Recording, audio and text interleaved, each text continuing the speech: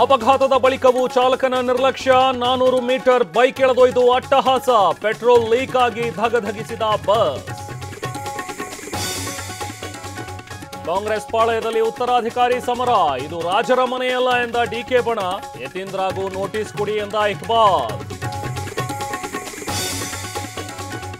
ಆಳಂದ ಕ್ಷೇತ್ರದ ವೋಟ್ ಚೋರಿ ಕೇಸ್ಗೆ ಟ್ವಿಸ್ಟ್, ಮತಪಟ್ಟಿಯಿಂದ ಹೆಸರು ತೆಗೆಯಲು 4 ಲಕ್ಷ ರೂಪಾಯಿ ಡೀಲ್, ತಪ್ಪಿತಸ್ಥರನ್ನ ಜೈಲಿಗಟ್ತೀವೆಂದ ಪ್ರಿಯಾಂಕ್.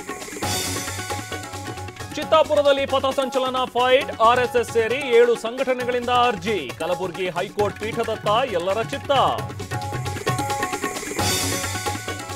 ಪತ್ನಿ ಕೊಲೆ ಬಳಿಕ ಕಿಲ್ಲರ್ ಡಾಕ್ಟರ್ಗೆ ಕಾಡಿತ್ತು ಪಾಪ ಪ್ರಜ್ಞೆ, 6 ತಿಂಗಳಲ್ಲಿ 15 ದೇಗುಲಗಳ ಸುತ್ತಾಟ, ತನಿಖೆಯಲ್ಲಿ ಸತ್ಯ ಬಾಯ್ಬಿಟ್ಟ ಪಾಪಿ.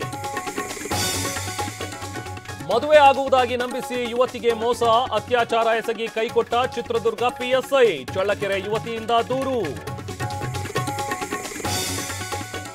ಹಾಸನಾಂಬೆ ದರ್ಶನದಿಂದ 22 ಕೋಟಿ ಆದಾಯ, 250 ಜನರಿಂದ ಇಂದು ಹುಂಡಿ ಎಣಿಕೆ ಕಾರ್ಯ, ಈ ಬಾರಿ ದಾಖಲೆ ಬರದ ಶಕ್ತಿ ದೇವತೆ.